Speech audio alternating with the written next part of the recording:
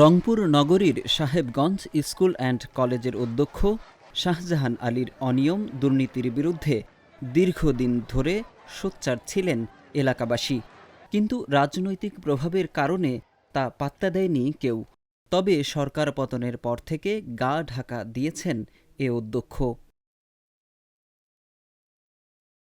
এদিকে এরই মধ্যে অধ্যক্ষের পদত্যাগের দাবিতে ৩৩টি অনিয়ম দুর্নীতি তুলে ধরে বিভাগীয় কমিশনার ও জেলা প্রশাসককে অভিযোগ দিয়েছেন শিক্ষার্থী, শিক্ষক ও এলাকাবাসী।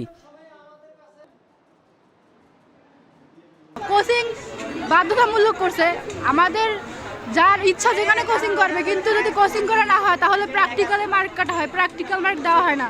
আমার বৃত্তির টাকা আছে আমি পাই না, এই আমার 2 বছর হলো চিপনে পড়ি, আমার একটু বৃত্তির টাকা আর উপবৃত্তির টাকা দেয় না।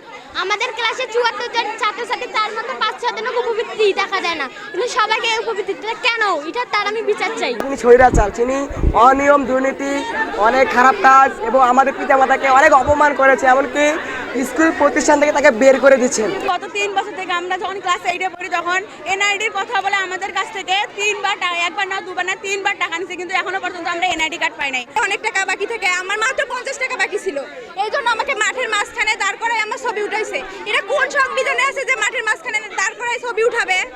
আমরা এর আগেও আন্দোলন করছি, কোনো ফল পাই নাই, এবার আমরা এটার ফল পেতে চাই। অধ্যক্ষের হাত থেকে রেহাই পাননি খোদ প্রতিষ্ঠানের সিনিয়র শিক্ষকরাও। কলেজ শাখা এমপিও ভুক্তির জন্য শিক্ষকদের থেকে টাকা আদায়, জাতীয়করণের জন্য 10 শিক্ষকের কাছ থেকে 3,45,000 টাকা আদায়, খণ্ডকালীন শিক্ষকদের ভাতা প্রদানে অনিয়ম ইত্যাদি।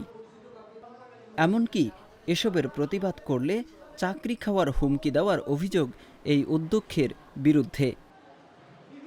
উনি তো টাকা পয়সা থেকে শুরু করে চাকরি খাওয়া পর্যন্ত অনেক কিছুই করছেন এর আগে, এখনও চলছে, এখনও লোক পাঠিয়ে দিয়ে হুমকি ধামকি দেয়। উনি যেভাবে আমাদের উপর নির্যাতন করছেন, মানসিক, আর্থিক, এটার কোনো মাপ নাই।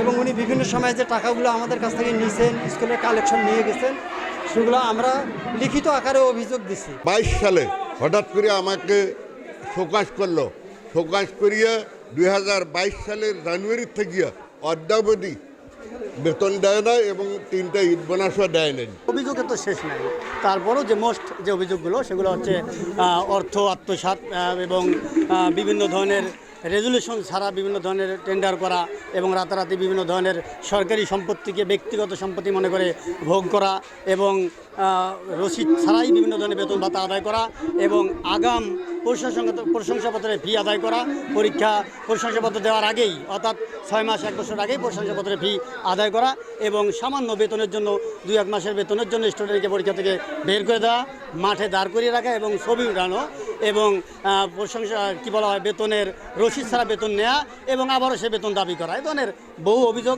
এবং প্রতিষ্ঠানের সম্পত্তি বিভিন্ন জায়গায় কী বলা হয় লিজ দেয়া, এগুলো কোনো রসিদ বা কোনো প্রকার রেজুলেশন ছাড়াই উনি দিতেন। এ ধরনের শত শত অভিযোগ ওনার বিরুদ্ধে। উনি সচরাচর সঠিকভাবে অফিসও করতেন না, উনি আসতেন এবং ওনার টাকা পয়সার হিসাব করে উনি চলে যেতেন। তবে অধ্যক্ষের সঙ্গে যোগাযোগের চেষ্টা করে তাকে না পাওয়া গেলেও কথা হয় সহকারী প্রধান শিক্ষক শাহিদা আক্তার বানুর সঙ্গে। তিনি বলেন, এটা আসলে প্রতিষ্ঠান চালাতে গিয়ে বা বাচ্চাদের প্রতিষ্ঠানের ডিসিপ্লিন রক্ষা করতে গিয়ে আমাকে পড়াশোনার পরিবেশ ফিরে নিয়ে আসতে গিয়ে আমাকে এই কাজ একটু কঠিন হতে হয়েছে। এ বিষয়ে সাহেবগঞ্জ স্কুল অ্যান্ড কলেজের সভাপতির দায়িত্বপ্রাপ্ত রংপুরের অতিরিক্ত জেলা প্রশাসক মোহাম্মদ আব্দুল মান্নান আজকের পত্রিকাকে বলেন, এখন কোনো কমিটি নাই, সভাপতি একা তো কোনো কিছু করতে পারবে না।